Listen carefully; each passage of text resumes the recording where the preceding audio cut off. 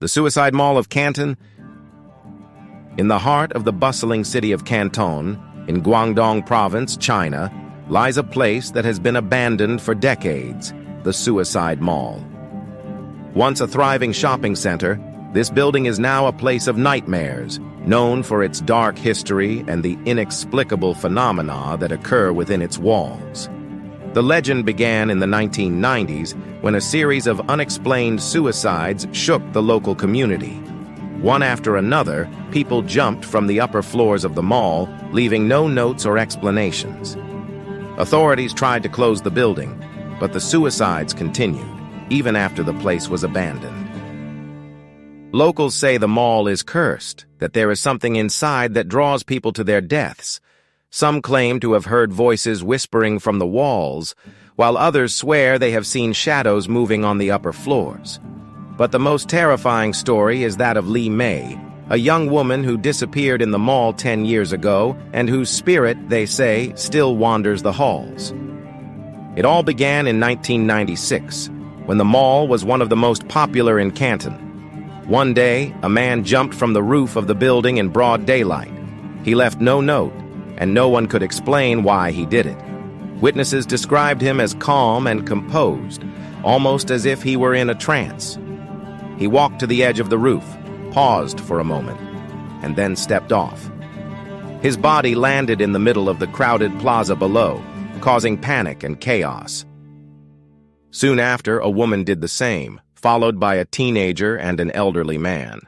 Within months, more than a dozen people had jumped from the building, always from the same spot, the mall's roof. The victims came from all walks of life, students, businessmen, housewives, and none of them had any apparent connection to one another. Authorities tried to find an explanation. They spoke of economic problems, depression, and social pressures, but nothing could explain why so many people chose that specific place to end their lives. The mall was temporarily closed, but the suicides continued. Even after the building was abandoned, people still found ways to enter and jump from the roof. Security measures were increased, but they proved futile. It was as if the building itself was calling to them, drawing them in with an irresistible force. Over time, locals began to talk about a curse. Some said the mall had been built on an ancient cemetery, and that the spirits of the dead were angry. According to local folklore, the land had been used for centuries as a burial ground for those who died tragically or unjustly. When the mall was constructed in the 1980s, the graves were disturbed and the spirits were awakened. Others believed the building had been designed in a way that channeled negative energy, drawing people to their deaths. Feng Shui experts were called in to examine the structure, and they found numerous flaws in its design. The main entrance faced a direction considered unlucky, and the building's layout created a death trap of stagnant energy. Despite their recommendations, no changes were made, and the tragedies continued. One of the most famous cases is that of Li Mei, a 22-year-old woman who disappeared in 2010. Li Mei had gone to the mall with her friends, but separated from them and was never seen again. Her body was never found, but locals say her spirit still wanders the halls of the building.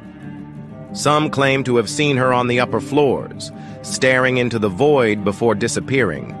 Others say they have heard her voice, calling out for help or whispering warnings to those who enter. Over the years, there have been numerous reports of paranormal activity in the mall.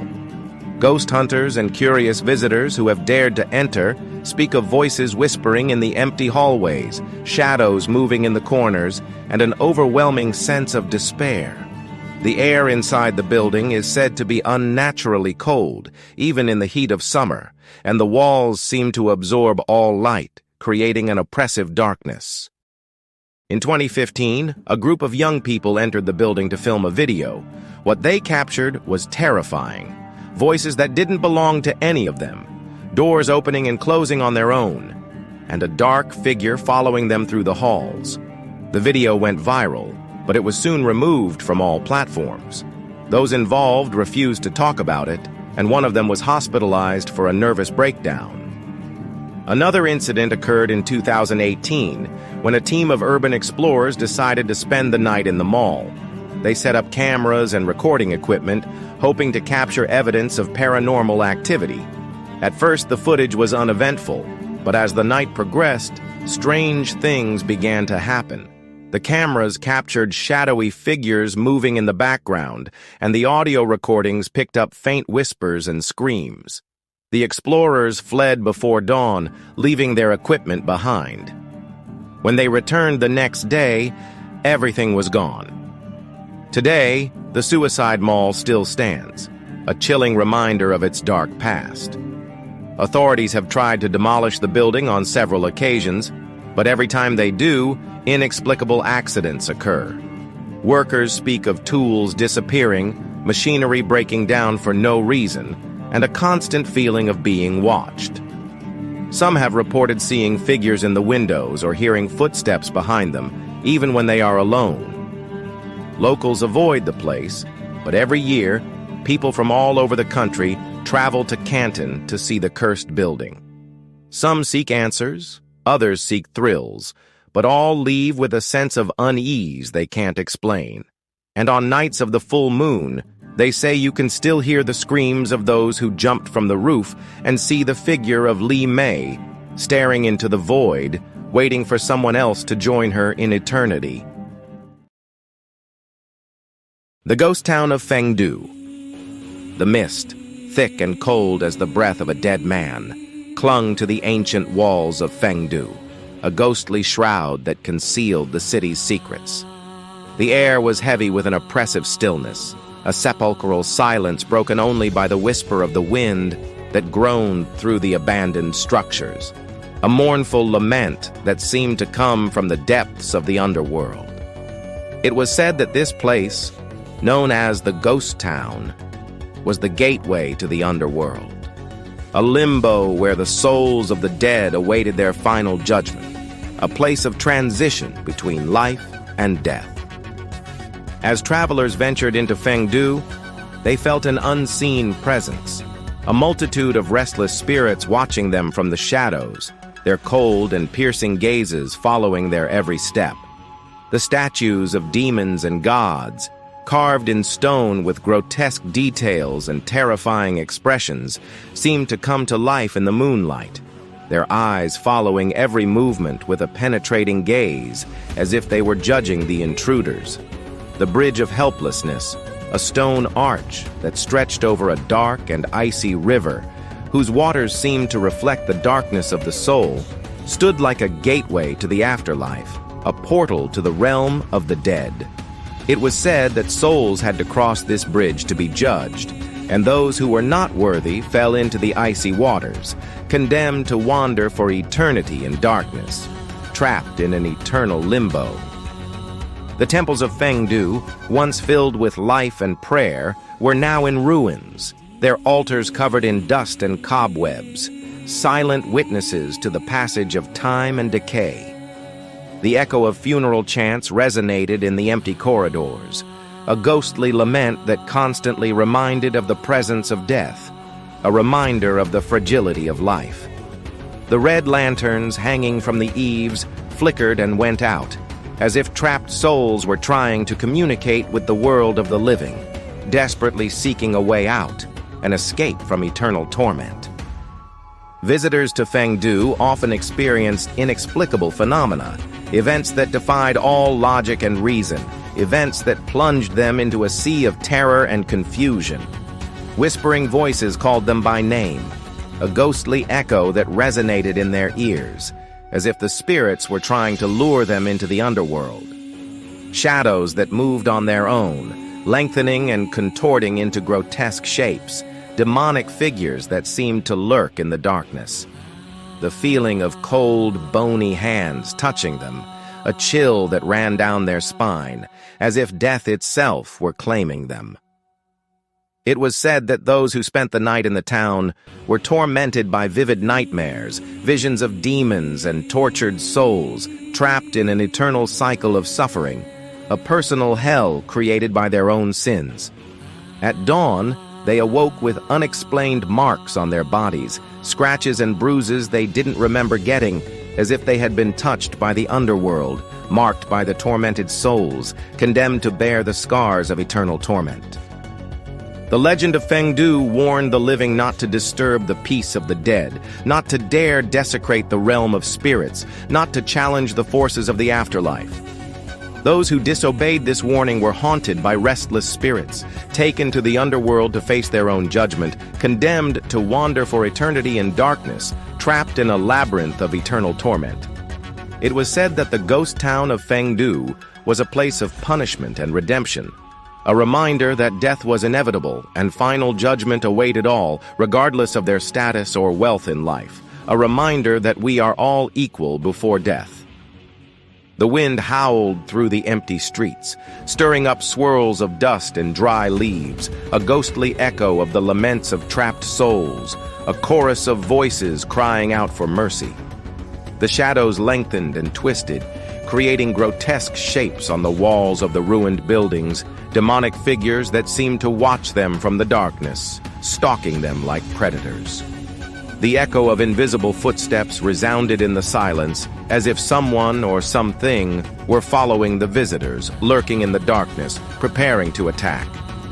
The air became colder and denser, oppressing the chest and making breathing difficult, as if the very presence of death made itself felt, as if the underworld were extending its claws. In the temple of the King of Hell, the statue of the Supreme Judge stood in the darkness, his stern face and piercing eyes, a constant reminder of the final judgment, a symbol of the absolute power of death. It was said that this judge weighed the souls of the dead, deciding their fate in the afterlife, sending them to paradise or condemning them to eternal torment, a fate that depended on their actions in life. Visitors who dared to look into the eyes of the statue felt an icy chill, a feeling that their own soul was being examined, judged for their sins and virtues, a reminder that no one escapes final judgment. In the Nostalgia Pavilion, the souls of the dead remembered their past lives, repenting of their sins and yearning for forgiveness, desperately seeking a second chance, an opportunity to redeem themselves.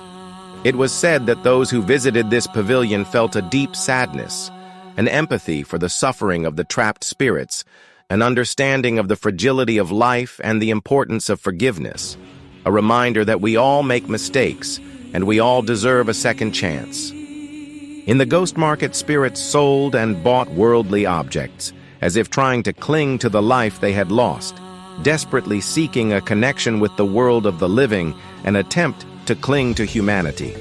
It was said that those who bought objects from the ghost market were haunted by spirits, taken to the underworld to pay their debt, condemned to wander for eternity in darkness, trapped in a cycle of eternal torment. The legend of Fengdu was a reminder that life was fleeting and death was inevitable, a reminder of the importance of living with righteousness and compassion, a call to reflect on our actions in life. The living had to live with righteousness and compassion, so that their souls could find peace in the afterlife, so that they could escape eternal torment, so that they could achieve redemption. The ghost town of Fengdu was a place of warning and hope, a reminder that final judgment awaited all, but also that redemption was possible, even in the afterlife, a reminder that hope never dies. The Bridge of Sighs of Yuhun. The ancient city of Yuhun lay in a sepulchral silence, broken only by the murmur of the river that snaked through its cobbled streets. The full moon, a silver disk in the night sky, cast a ghostly light on the Bridge of Sighs, a stone structure that rose above the river like a melancholic arch. It was said that this bridge, witness to countless stories of love and tragedy, was imbued with the sighs of lovers separated by fatal circumstances, an eternal echo of broken hearts that resonated in the darkness. During full moon nights, when the veil between the world of the living and the dead became thinner, the sighs of the separated lovers echoed in the air, a ghostly lament that chilled the blood. a chorus of voices that cried out for their lost love, a reminder that death could not separate twin souls.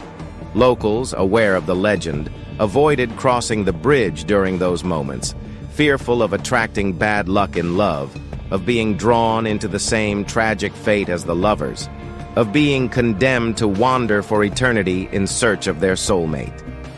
It was said that those who dared to defy the legend were haunted by the spirits of the lovers, condemned to wander for eternity in search of their lost love, trapped in an eternal cycle of pain and despair, a reminder that unrequited love could become an eternal curse.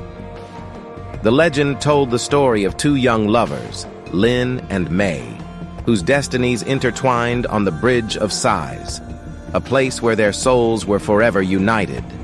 Lin, a humble fisherman, and Mei, the daughter of a wealthy merchant, loved each other with a forbidden passion, defying social conventions and family prejudices, risking everything for their love, a love that transcended social barriers. Their secret encounters took place under the moonlight, on the bridge, where their sighs mingled with the murmur of the river, creating a melody of eternal love, a symphony of hearts beating in unison.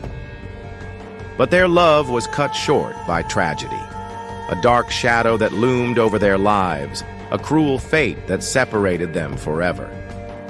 Mei's father, upon discovering their romance, betrothed her to a rich and powerful man, a marriage of convenience that would destroy Lin and Mei's love, an act of greed that would seal the lovers' fate. Lin, desperate, tried to stop the wedding, but was killed by the merchant's guards, his life taken by greed and power, his blood spilled on the stones of the bridge. Mei, upon learning of her beloved's death, threw herself from the bridge, joining him in death, sealing their love with an eternal sacrifice, an act of love that transcended death. Since then, it is said that the spirits of Lin and Mei wander the Bridge of Sighs, desperately seeking their lost love, trapped in an eternal limbo, a purgatory of souls yearning for redemption. Their sighs, full of pain and longing, echo on full moon nights, a constant reminder of their eternal love and their tragic fate. A lament that echoes in the soul of those who dare to listen, an echo of broken hearts crying out for justice. Visitors to the bridge often experienced inexplicable phenomena, events that defied all logic and reason, events that plunged them into a sea of terror and confusion. The feeling of an invisible presence, the whisper of voices calling them by name, and the fleeting vision of two ghostly figures embracing in the dark, a reminder of a love that transcends death, a testament that true love never dies. It was said that those who spent the night on the bridge were tormented by vivid nightmares, visions of Lin and Mei desperately seeking their lost love, trapped in an eternal cycle of suffering, a reminder that unrequited love can become eternal torture, a personal hell created by loneliness. The legend of the Bridge of Sighs warned the living not to disturb the peace of the dead, not to dare desecrate the place where love and tragedy intertwined, not to awaken the ghosts of the past, not to challenge the forces of the afterlife. Those who disobeyed this warning were haunted by the spirits of Lin and Mei, condemned to wander for eternity in search of their lost love, trapped in an eternal limbo, a reminder that some mistakes have no remedy, that some wounds never heal. The Bridge of Sighs was a place of warning and hope, a reminder that love could transcend death, but also that tragedy could cut short the most beautiful dreams, a reminder that life is fragile and love, a treasure to be cherished, a reminder that time is a gift we should not waste. The living had to value the love they had, because they never knew when tragedy could separate them forever, because fate could be cruel and ruthless. The bridge stood like a monument to unfortunate lovers, its stones imbued with tears and sighs, a testament to an eternal love that could never be. Shadows danced in the darkness, creating ghostly figures that seemed to seek solace in the company of other tormented spirits. souls in pain wandering for eternity. The wind howled through the arches of the bridge, a lament that joined the sighs of Lin and Mei, creating a symphony of pain and despair, a chorus of voices crying out for justice. Visitors felt an icy chill as they crossed the bridge, a feeling that the spirits of the lovers were watching them from the shadows, judging their hearts and their intentions, a reminder that no one escapes final judgment. The air became denser and heavier, oppressing the chest and making breathing difficult, as if the very presence of death made itself felt, as if the underworld were extending its claws. On full moon nights, the bridge became a nightmare scenario, where the spirits of Lin and Mei relived their tragic ending, a reminder that the past never dies. Their ghostly figures materialized in the darkness, embracing and kissing desperately, seeking solace in their eternal love, a love that transcended death. Their sighs turned into cries of pain, a lament that echoed throughout the city, a reminder that unrequited love can become an eternal curse, a personal hell created by loneliness. The legend of the Bridge of Sighs was a reminder that love does not always have a happy ending, that tragedy can cut short the most beautiful dreams, that death can separate lovers forever, a reminder that life is fragile and love, a treasure to be cherished. But it was also a reminder that true love can transcend death, that the spirits of lovers can wander for eternity in search of their lost love, that hope never dies, that true love is eternal. The Painted Skin Ghost, Hua Pi of Guicheng. The ancient city of Guicheng, nestled in a misty valley of fictional province named China, lay shrouded in an unsettling silence, a veil of mystery concealing its darkest secrets. It was said that this city, known as the Ghost City, was a place where the boundaries between the world of the living and the dead blurred, and where evil spirits roamed freely, seeking unsuspecting souls to torment. In a secluded mansion on the outskirts of Guicheng lived Wang Sheng, a young scholar renowned for his beauty and charm. His reputation as a man of intellect and virtue had made him a respected figure in the city, but also a target for the dark forces lurking in the shadows. One stormy night, as Wang Sheng returned to his mansion, he encountered a beautiful woman weeping inconsolably beneath a solitary tree. Her beauty was ethereal, almost supernatural, and her tears seemed to shimmer in the moonlight. Moved by her sorrow, Wang Sheng invited her to take refuge in his mansion, offering her warmth and comfort. The woman, who called herself Mei, was of supernatural beauty, with eyes that shimmered like stars and skin as white as snow. Her presence filled the mansion with a strange warmth, but also with a sense of unease. Wang Sheng was instantly captivated by her, enthralled by her beauty and mystery, and they soon embarked on a passionate romance, a whirlwind of emotions that consumed them completely. However, as their relationship progressed, Wang Sheng began to notice strange things that deeply disturbed him. Mei avoided daylight as if it burned her skin, behaved erratically, alternating between moments of sweetness and outbursts of anger, and often disappeared for hours, leaving Wang Sheng immersed in uncertainty and fear. One night, driven by suspicion and fear, Wang Sheng decided to follow Mei secretly. He followed her to a hidden room in the oldest wing of the mansion, a place Mei had forbidden him to enter. Through a crack in the door, Wang Sheng witnessed a scene that left him paralyzed with horror. In the dim light of the room, Wang Sheng saw Mei shedding her human skin, revealing a grotesque and repulsive demonic form. Her body writhed and contorted, her eyes glowed with an evil light, and her sharp claws tore through the air. The human skin, which Mei constantly painted and retouched, hung lifelessly on a chair, revealing that it was merely a disguise, a mask to conceal her true demonic nature. Terrified, Wang Sheng fled the mansion, running through the stormy night, desperately seeking refuge. He reached an ancient Taoist temple where he sought the help of an elderly priest known for his wisdom and spiritual power. The priest, upon hearing Wang Sheng's story, explained that Mei was a demon, an evil spirit that fed on the life essence of humans. He warned that Mei would kill him if he did not get rid of her immediately, that his soul would be consumed by darkness.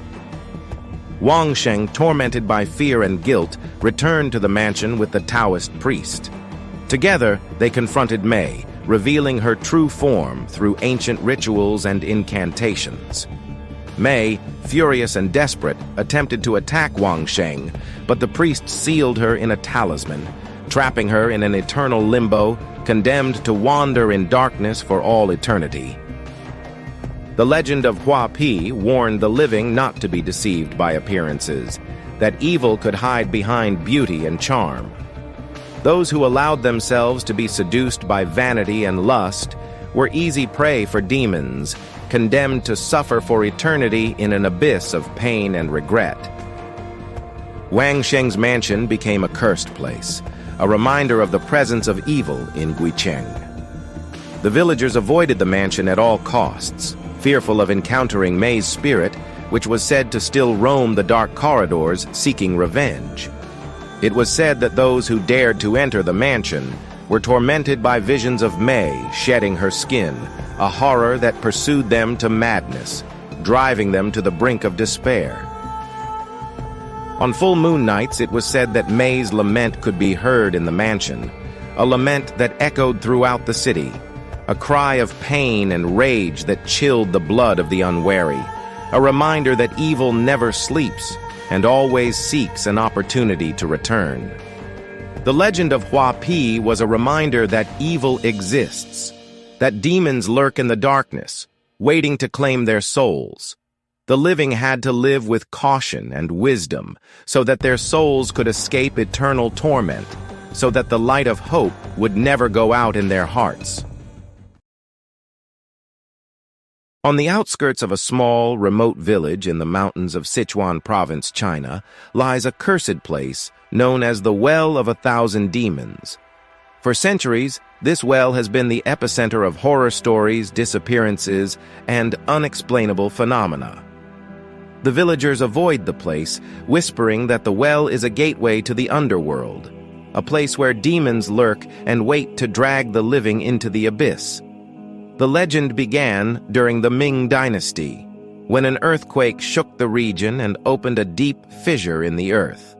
The villagers, fearing that the well was an ill omen, tried to cover it, but every morning they found the stones and dirt they had used to seal it scattered around. Soon they began to hear moans and laughter emanating from the well, and some claimed to have seen shadows moving within it. One day, a brave villager decided to descend into the well to uncover its secret. He tied a rope around his waist and ventured into the darkness.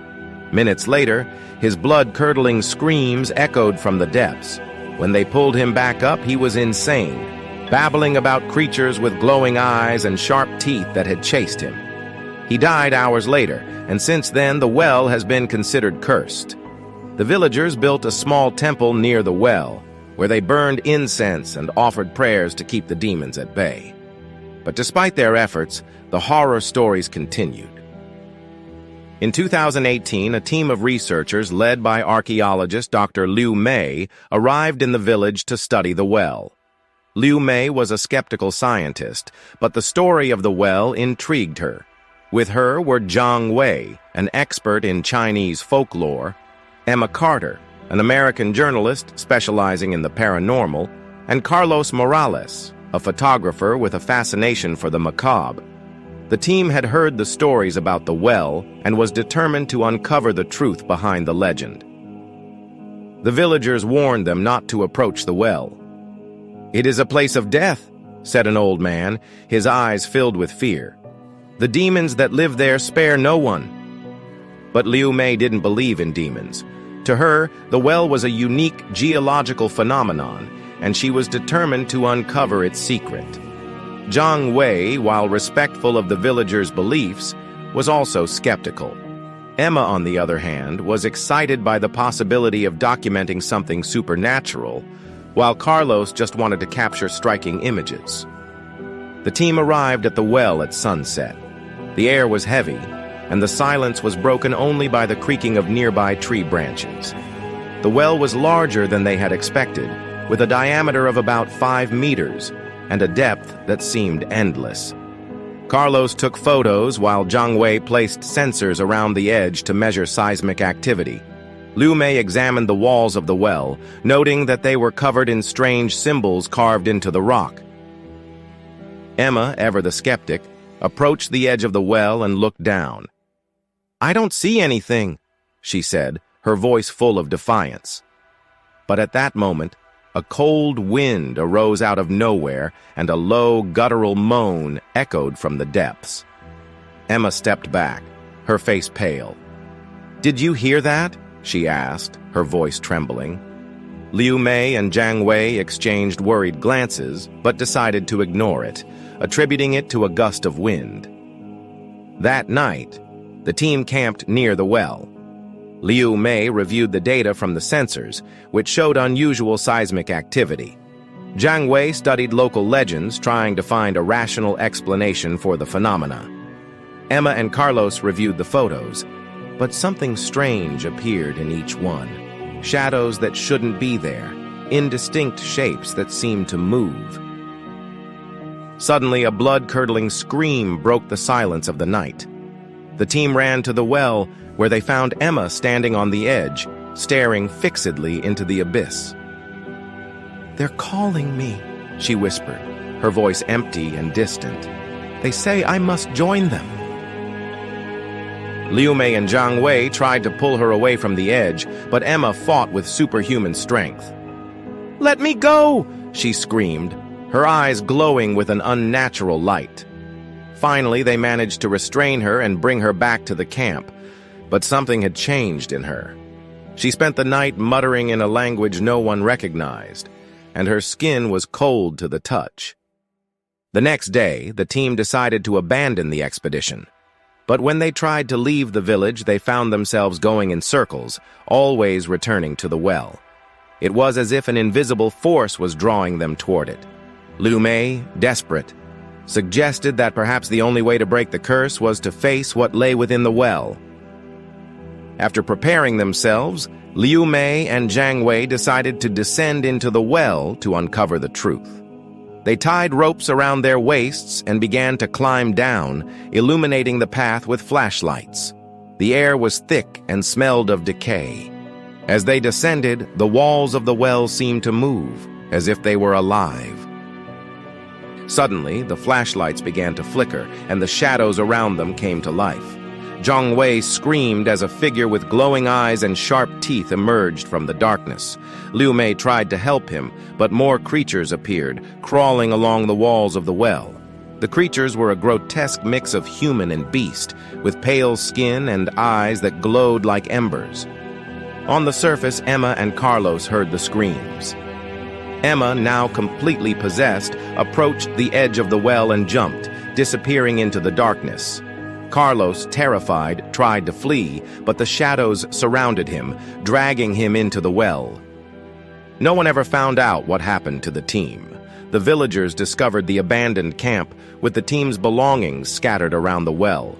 Carlos's photos showed blurry images of grotesque creatures, and Liu Mei's sensors had captured sounds that no one could explain. Today, the Well of 1,000 Demons remains a place of fear and mystery. The villagers say that the souls of the researchers are now part of the demons that inhabit the well, trapped forever in the depths.